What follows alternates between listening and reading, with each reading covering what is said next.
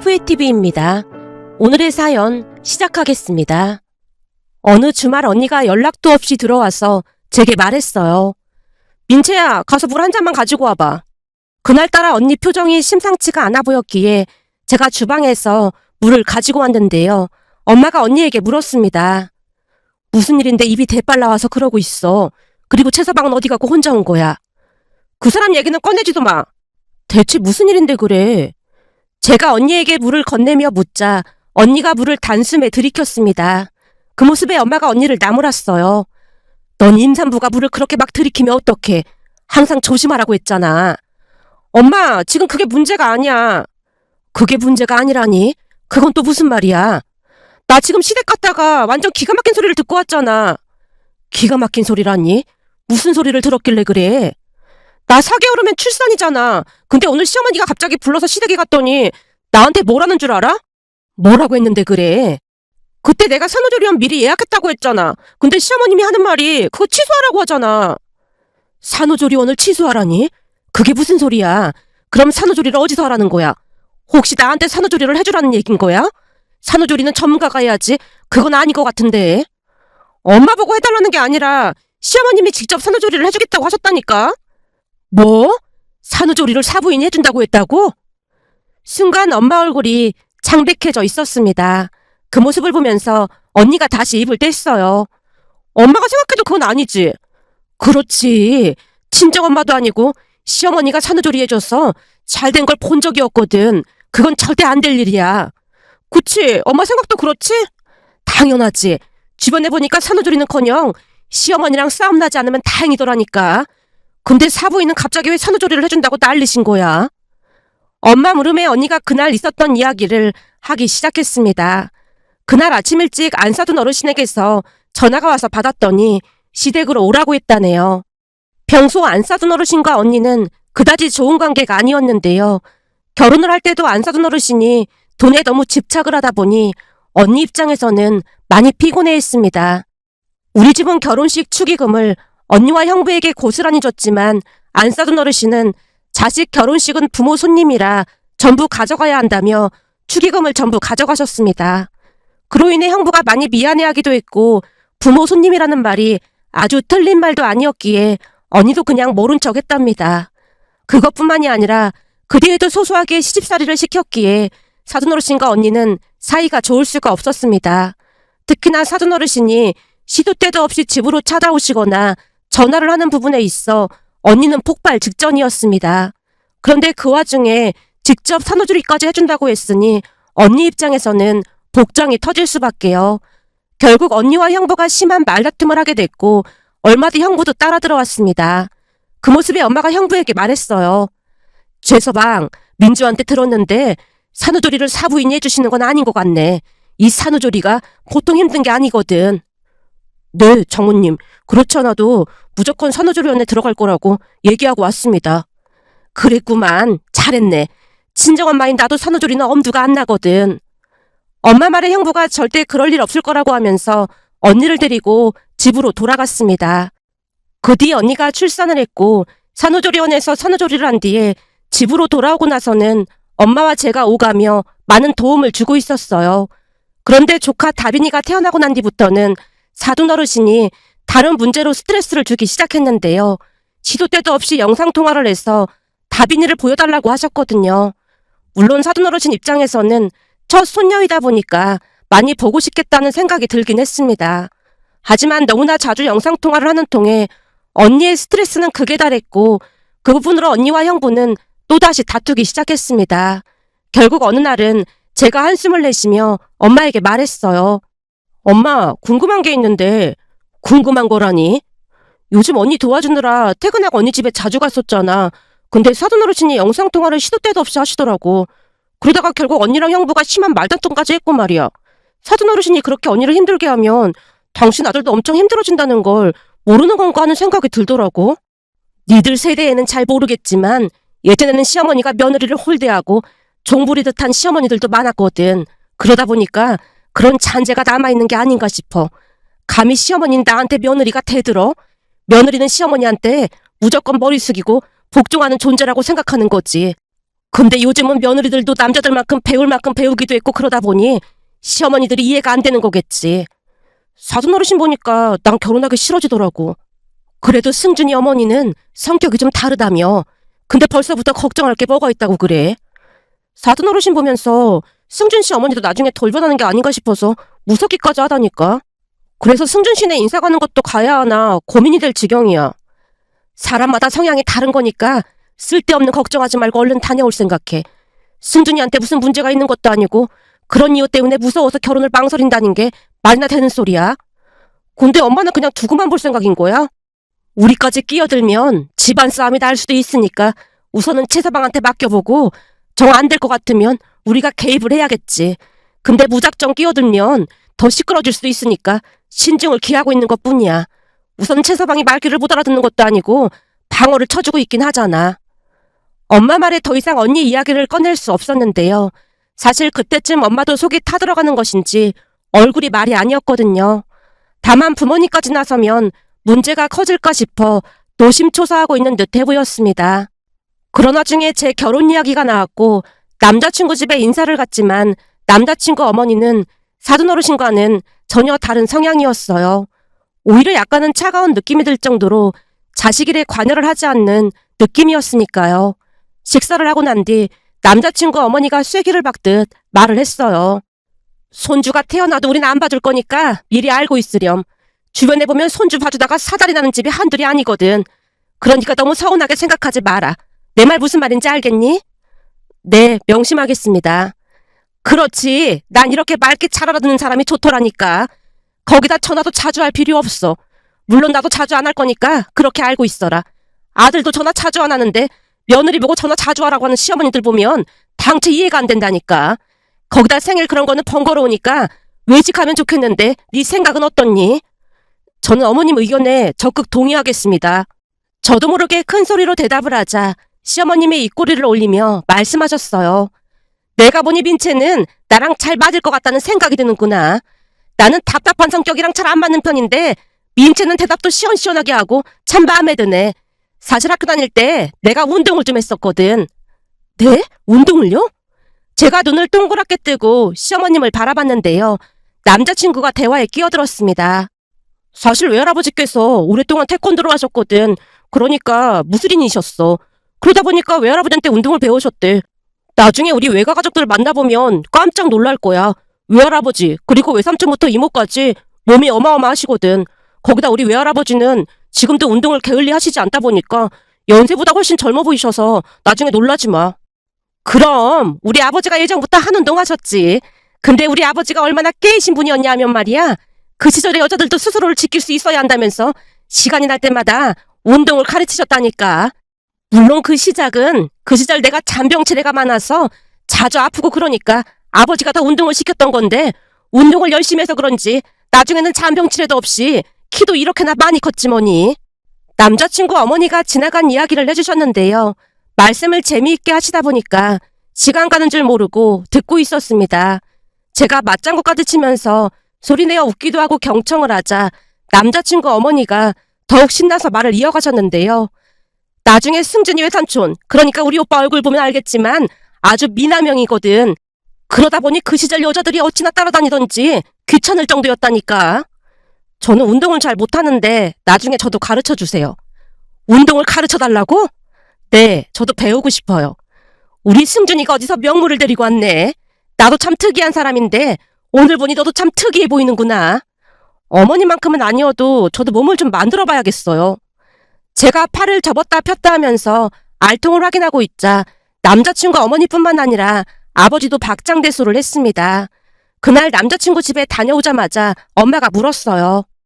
어떤 것 같아? 괜찮은 것 같아? 완전 괜찮았어. 아무래도 나랑 잘 맞는 것 같아. 제가 그날 있었던 이야기를 하자 엄마도 안심하는 눈치였습니다. 그렇게 우리는 양가 인사를 드리고 상견례를 했습니다. 그리고 몇 달 뒤 결혼식을 올렸는데요. 그날 결혼식장에서 기가 막힌 일이 일어났습니다. 제 결혼식이다 보니 언니 부부와 사돈어르신 두 분도 결혼식장에 오셨고 우리 부모님과 인사를 나눴다는데요. 그러던 중 우리 시어머님이 깜짝 놀란 채 안사돈 어르신에게 다가가더니 물었다네요. 혹시 김복순 씨 맞죠? 네? 그런데 누구시죠? 복순아, 벌써 나를 잊은 거야? 시어머님 말에 안 싸던 어르신 얼굴은 곧 놀라 자빠질 듯한 얼굴로 사색이 되어 있었고 곧 안 싸던 어르신이 떨리는 목소리로 대답했다네요. 혹시 경주 언니? 그래, 나 이경주야. 복순이 오랜만이다. 뭐야, 벌써 며느리랑 손주까지 있는 거야? 근데 네 며느리가 우리 며느리 언니, 그러니까 사돈이네. 아닌가? 닮은 사람인가? 시어머님 말에 안 사돈 어르신이 안절부절 못하고 있자 엄마가 조용히 대화에 끼어들었다네요. 어머나, 두 분이 아는 사이신 거예요? 그럼요. 복순이가 중고등학교 1년 후배거든요. 정말요? 세상에 무슨 이런 인연이 다 있을까요? 얘가 민채 언니 맞습니다. 그렇죠. 제가 잘못 본 게 아닌 거죠. 그럼 설마 복순이랑 내가 어찌됐든 사돈이 되는 건가? 이런 거 보면 우리 인연이 보통 인연이 아닌 것 같긴 하네. 그렇지 복순아? 아니 사돈. 아, 예, 그렇네요. 그럼 나는 이만 결혼식장에 들어가 볼게요. 안 사돈 어르신이 급히 결혼식장으로 들어가 버리셨고 언니와 형부도 뒤를 따랐다네요. 그러면서 엄마가 시어머님에게 신기한 듯 물었답니다. 사부인, 사람 인연이라는 게 참 신기하네요. 어쩜 이렇게 만나질 수가 있을까요? 그러게 말입니다. 참 신기하네요. 근데 우리 첫째 사부인이랑은 혹시 친한 사이였나요? 친하다라. 친하다면 친했다고 할 수도 있고 이게 참 오묘한 관계였다고 해야 할까요? 암튼 설명하기가 좀 복잡한 관계네요. 시어머님이 안 사돈 어르신의 뒷모습을 바라보며 알 수 없는 표정을 지었답니다. 그 뒤 결혼식은 잘 끝났고 신혼여행을 다녀온 뒤 시댁에 가서 식사를 하자마자 시어머님에게 물었습니다. 어머님, 엄마한테 들었는데 언니네 시어머님 그러니까 안 사돈 어르신과 선후배 사이시라면서요? 그렇지, 잘 아는 사이지. 나도 참 신기하더라니까. 근데 두 분이 많이 친하신 거예요? 그게 이걸 말을 해야 하나 말아야 하나 고민이구나. 네? 혹시 두 분 사이에 말 못할 비밀 같은 거라도 있으신 거예요? 비밀까진 아닌데 이걸 말하면 복순이, 아니지, 사돈이 난처해질까봐 그렇지. 그러니까 그냥 모르는 게 나을 것 같구나. 사돈 체면도 있는데 예전 일을 굳이 꺼내서 좋을 게 뭐가 있겠어. 아, 네, 그럴 수도 있겠네요. 어머님처럼 좋으신 분이 사돈 어르신이랑은 어떻게 친하게 지내신 건지 이해가 안 돼서 여쭤봤어요. 순간 제 입에서 그 말이 튀어나오고 말았는데요. 시어머님이 궁금증 가득한 표정으로 물었어요. 왜? 혹시 복순이가 민채 언니한테 시집살이 시키고 그러는 거니? 그게 저도 말씀드리기가 조금 난감하네요. 시어머님과 사돈 어르신이 서로 잘 아는 사이라는 말을 들었던지라 제가 말을 아낀 채 입을 다물어 버렸는데요. 옆에서 듣고 있던 남편이 기다렸다는 듯이 말을 꺼냈습니다. 엄마, 말도 마세요. 저 형한테 시집살이를 얼마나 시키는지 몰라요. 집에 연락도 없이 막 찾아오시고 거기다 때와 장소를 안 가리고 하루에도 수십 번씩 영상통화를 하는 통에 처형이랑 형님이랑 맨날 말다툼하고 난리도 아니더라고요. 언젠가 한 번은 형님이랑 술을 마신 적이 있는데 형님조차도 어머니 때문에 미치겠다고 눈물까지 글썽이면서 너무 힘들어하더라고요. 뭐? 근데 나한테는 그런 말 한 적 없잖아. 제가 당황한 표정으로 남편을 바라보자 남편이 눈치를 보며 대답했습니다. 남자끼리 술 마시다가 일어난 일인데 그런 일을 자기한테 일일이 말하는 건 좀 그렇지. 남자끼리 의리가 있는데 형님이 눈물까지 글썽했다는 말을 어떻게 하겠어. 그러니까 자기는 그냥 모른 척해. 남편이 수습을 위해 애쓰고 있자 시어머님이 다시 물었습니다. 복순이가 며느리를 그렇게 힘들게 한단 말이야? 네, 완전 작정을 한 것처럼 힘들게 하신대요. 상상을 초월한다니까요.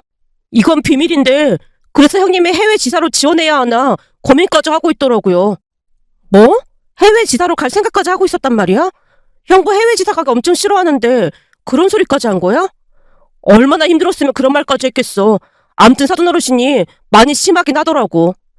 남편이 고개를 절레절레 흔들고 있자 순간 시어머님이 헛웃음을 치며 말씀하셨어요. 사람 쉽게 변하지 않는다고 하더니만 역시나 그대로인가 보네. 엄마, 그게 무슨 말이에요? 그냥 그런 게 있어. 그나저나 민채는 그 복순이, 아니지, 사돈 연락처 좀 알아봐 줄 수 있겠니? 아니다, 그러지 말고 내가 사부인께 직접 전화를 해봐야겠다. 엄마한테요? 암튼 니들은 그냥 모른 척하고 있어. 그렇게 며칠이 더 지나갔고 친정에 갔더니 엄마가 시어머님 이야기를 꺼냈습니다. 사부인이 시켜서 약속을 잡긴 했는데 괜찮을까 몰라. 시어머님이 시키다니? 그리고 무슨 약속을 잡아? 그게 이번 주 토요일 날 사부인이랑 같이 식사하기로 했거든. 사부인이라고 하면 우리 시어머님이랑 식사한다고? 근데 거기에 첫째네 사부인도 나오기로 했거든. 첫째네 사부인?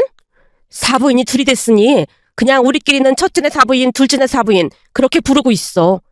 그럼 언니네 시어머님도 나온다는 말이야? 그럼 세 분이서 같이 식사하는 거야? 그렇긴 한데 첫째네 사부인은 셋이 만나는 건 모르고 있어. 그래서 좀 걱정이 되긴 하는데 둘째 사부인이 알아서 하신다고 했으니 그냥 알아서 하시겠지 뭐. 엄마 말에 조금 놀랄 수밖에 없었지만 시어머님에게 전화를 해서 일일이 물을 수는 없는 노릇이었기에 그냥 모른 척 했는데요. 그 뒤 기가 막힌 일이 일어날 줄 누가 알았겠어요. 그 주 토요일 세 분이 만나서 식사를 한다는 말에 친정에서 기다리고 있었고 몇 시간 뒤에 엄마가 집에 오셨어요.